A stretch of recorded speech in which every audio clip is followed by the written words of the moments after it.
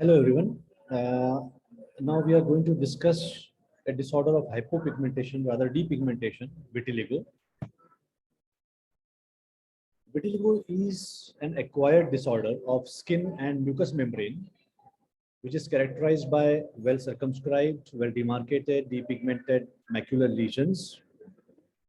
If you take a biopsy from the lesion, what we find is there is a loss of melanocytes. It can have a severe negative impact on the quality of life, especially in the dark skinned individuals. It is one of the most common cutaneous disorders, almost 0.5% prevalent overall worldwide. In India, its incidence ranges from 0.25 to 2.5 percentage. Approximately half of the patients present before the age of 20 years, and there is no gender predilection. The exact pathogenetic mechanism is unclear. Many theories have been proposed. Autoimmune hypothesis is the one which is most widely accepted. Neurohumoral, autocytotoxic, oxidative stress, melanocytoragy are other pathogenetic mechanism proposed, but none of them has conclusive evidences. It has a non-Mendelian polygenic multifactorial inheritance with incomplete penetrance. 20% cases can have an affected relative.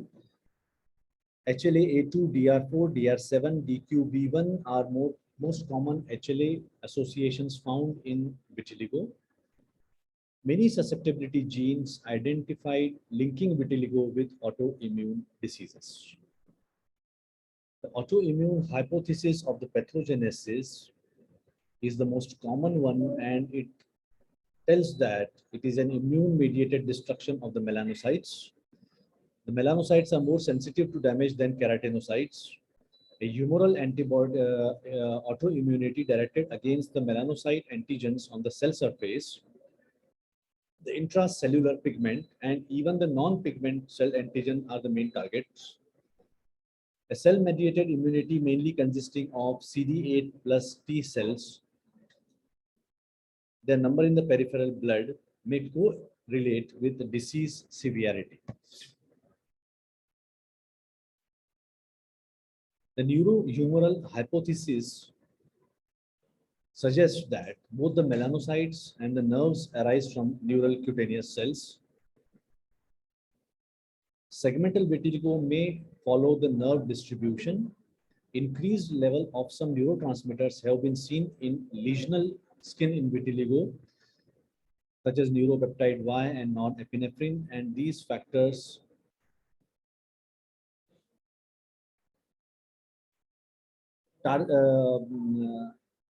point out towards a neuronal hypothesis. Basically, these are substantial evidences. Increasing neurotransmitters may directly or indirectly damage the melanocytes. The autocytotoxic hypothesis suggests that defective melanocyte receptors may lead to increase in melanin synthesis in the melanocytes. Toxic byproducts of melanin synthesis pathway may damage melanocytes. The biochemical theory suggests that dysregulation of the biopterin pathway can lead to melanocyte damage. Pyridines are elevated in vitiligo. Increase in 6-BH4 leads to accumulation of 7-BH4 and hydrogen peroxide. And these are cofactors for the enzyme phenylalanine hydroxylase, which converts phenylalanine to tyrosine. The hydrogen peroxide and other oxygen-free radicals can damage melanocyte in a number of ways. High level of hydrogen peroxide in the epidermis of vitiligo lesions can lead to inactivation of catalase enzymes, inactivation of tyrosinase enzymes, and hydroxyl radicals can breach the constitutional melanin and damage the cell membrane by lipid peroxidation. Keratinocyte-derived stem cells factor bind to tyrosine kinase receptor c-KIT on melanocytes. The melanocyte survival rate may be reduced as there is a decrease in the number of c-KIT receptors and lower expression of the stem cell factors from surrounding keratinocytes. A classical vitiligo lesion has following characteristics. These are milky white macules, round or oval in shape with scalloped margins. Overlying hair may be depigmented, which is also called as leukotrichia. Some variations in lesional skin may be seen, such as raised red border suggesting of inflammation, a multichrome vitiligo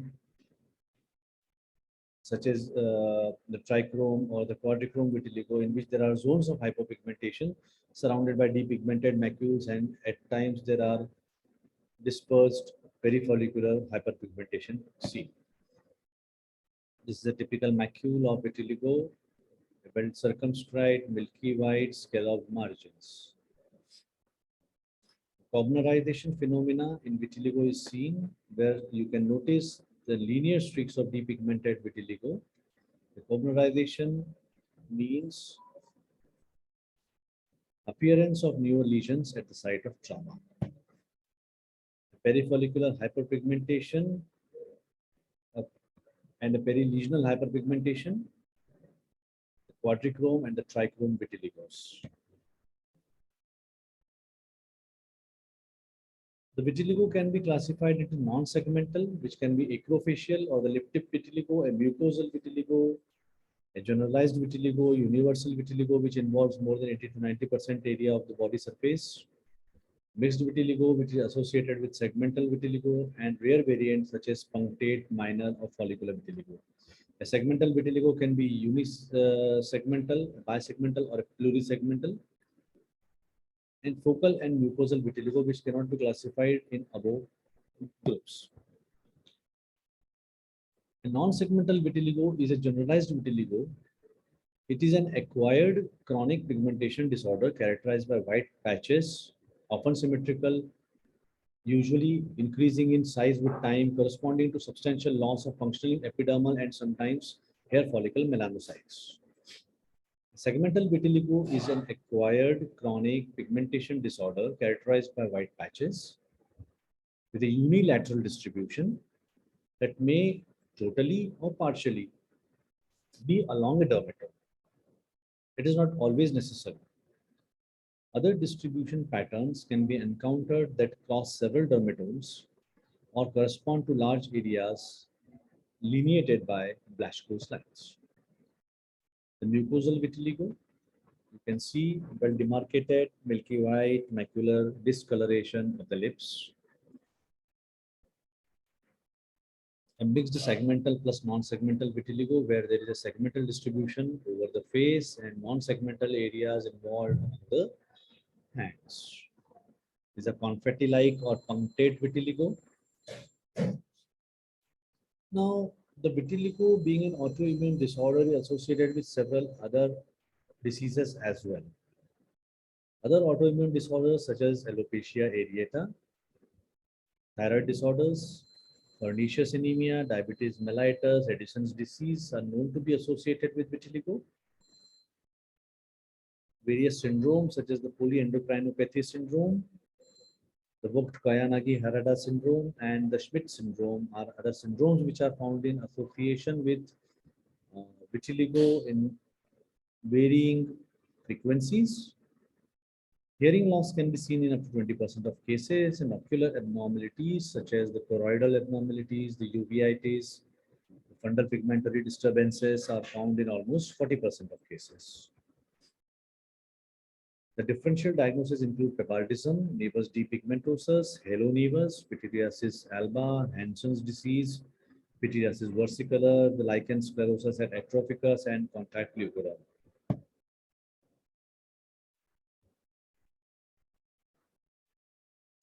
Vitiligo lesions on the visible areas can lead to severe cosmetic disfigurement, severe psychological distress, particularly in dark-skinned individuals.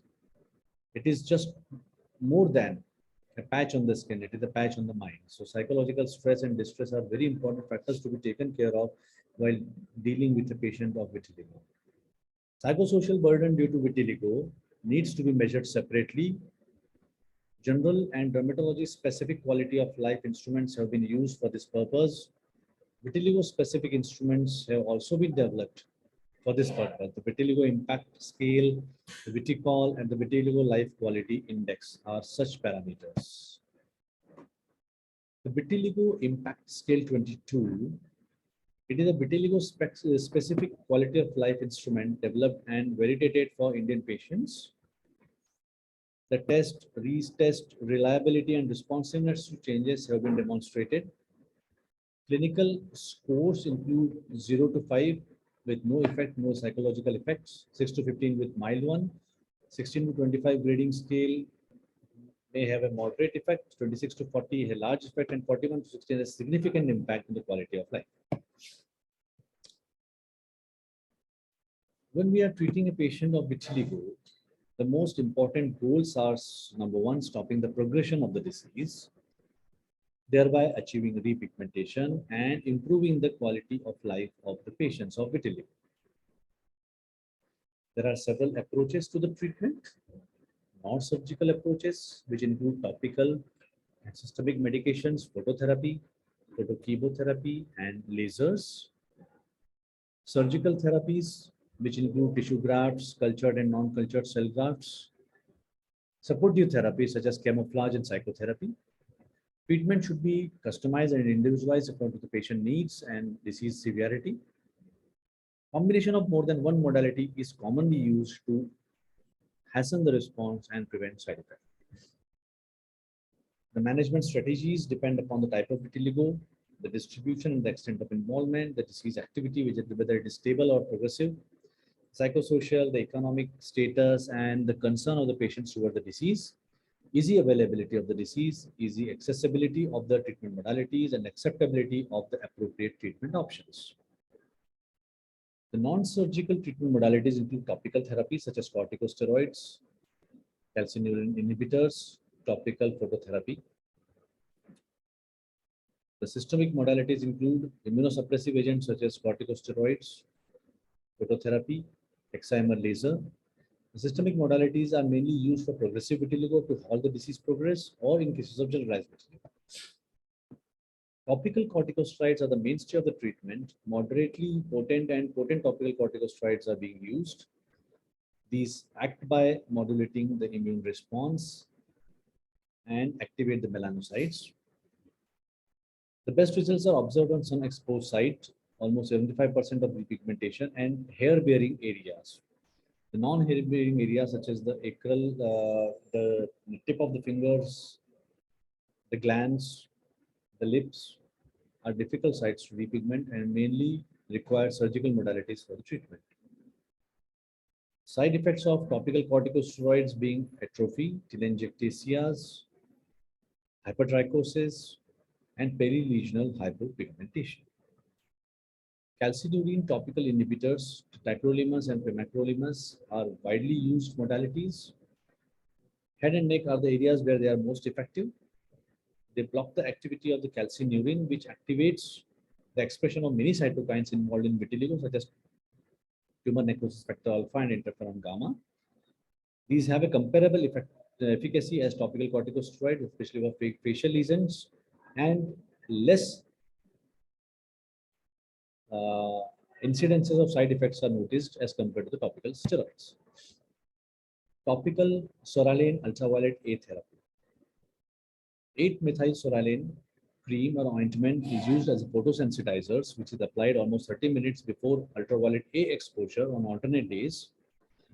The 8 MOP is available as 0.75% ointment or 1% solution. Severe blistering reactions and perilesional hyperpigmentation and irritant contact dermatitis are noted with this therapy.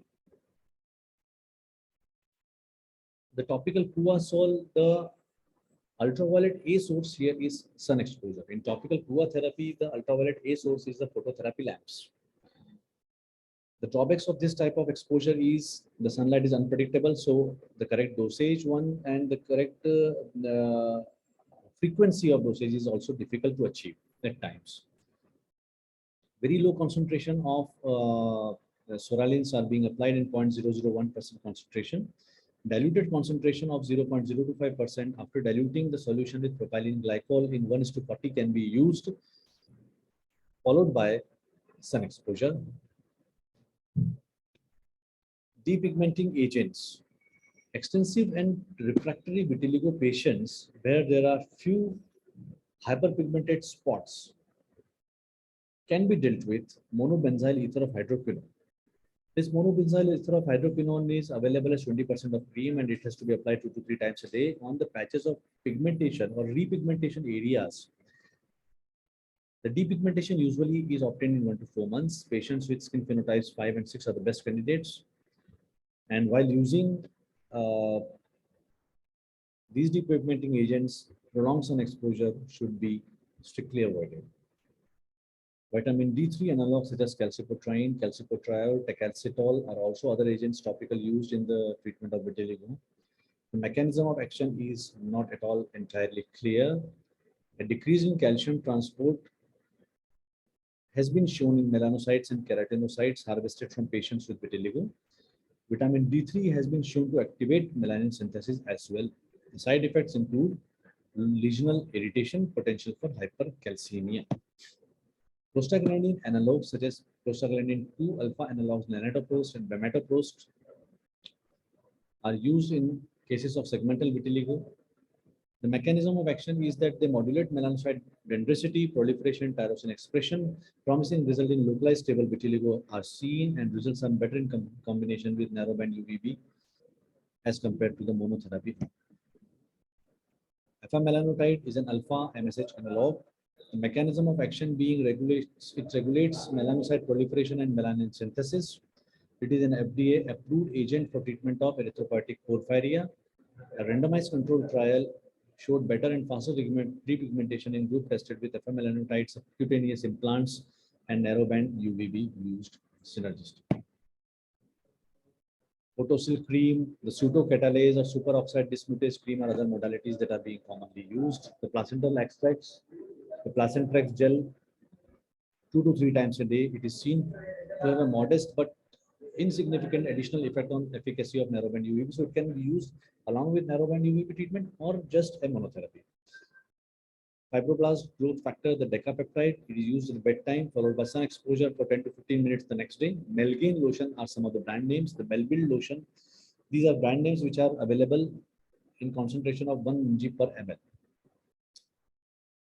In cases of generalized vitiligo, in cases of progressive vitiligo, systemic corticosteroids are used. They can be used in various forms. They can be used as continuous therapy or as mini pulse therapies. The benefit of mini pulse therapy is that the side effects can be minimized.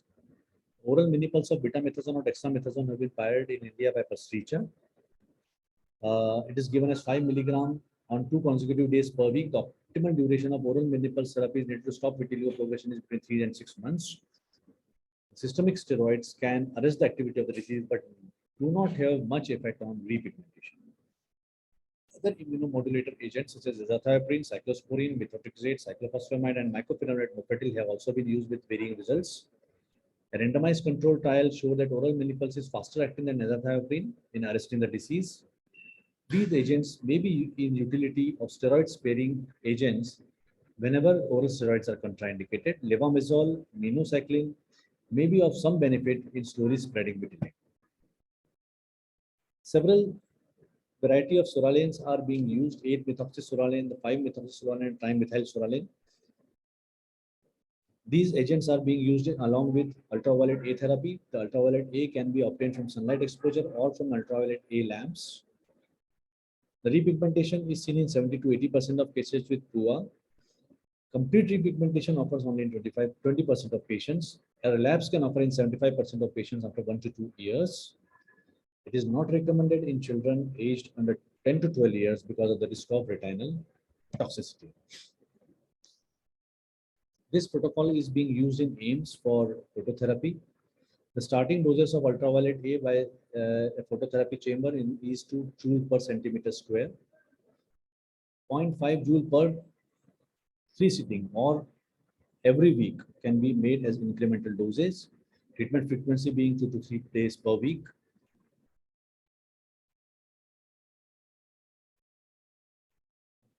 The maintenance dose can be started once the clearance has been achieved. Side effects being acute and chronic. The acute side effects are erythema, pruritus, nausea, and headache. Chronic being chronic actinic damage, carcinoma, which is a very, very rare side effects on such dosage, immunosuppression, ophthalmic effects, and premature cataracts. Narrowband UVB is considered superior to phototherapy and ultraviolet A combination. The higher chances of repigmentation, better color match, lower risk of side effects. Relapse rate is 21 to 44% within 1 year and 55% within the second year. Handheld portable narrowband UVB devices are also available for home use in patients which have limited vitiligo patches. The preliminary results suggest that handheld narrowband UVB may be a non-inferior to whole band narrowband UVB. Targeted phototherapy allows for selective treatment of lesional skin and avoids unnecessary irradiation of the healthy skin, a quicker delivery of energy, delivery of higher dosage, enhances the efficacy and fastens the response. Disadvantage is it cannot treat larger areas. Targeted phototherapy can be achieved by handheld narrowband UVB devices or excimer laser. This has advantages and disadvantages of targeted phototherapy similar to them. The emerging therapies are the JAK inhibitors, tofacitinib, ruxolitinib, oral and topical JAK inhibitors. Preliminary reports suggest that they have a potential in causing repigmentation, particularly in combination of ultraviolet B light. Apremilast is a phosphodiesterase 4 inhibitor, and it has a potential in arresting disease progression. A recent randomized control trial did not show much benefit in causing repigmentation. Several forms of vitiligo are resistant to medical guideline of treatment.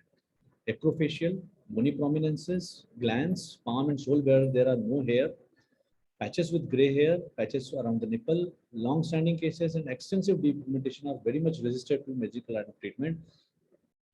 Different approaches have been tried with different responses. Combination therapies, add-on therapies such as fractional carbon dioxide laser, the platelet-rich plasma, topical fibrinolysis cream applied under occlusion, and along with microneedling are all being used in resistant and difficult to treat vitiligo patches with varying results. Surgical treatments have same basic principle to transplant autologous melanocytes from pigmented donor skin to the regions without melanocytes. These are suitable for stabilized non-progressive vitiligo refractive to medical treatment. There are several grafting techniques, the tissue grafts, such as the mini punch grafting, the suction blister grafting, thin split thickness grafting, smash grafting, cellular grafts, such as non-cultured cell suspensions and cultured melanocytes. So these are photographs suggesting the pigmentation following surgical procedures, mainly on those areas which are non-hair bearing and which are resistant to treatment. This was all about vitiligo and its treatment modalities. Thank you all for the patient hearing.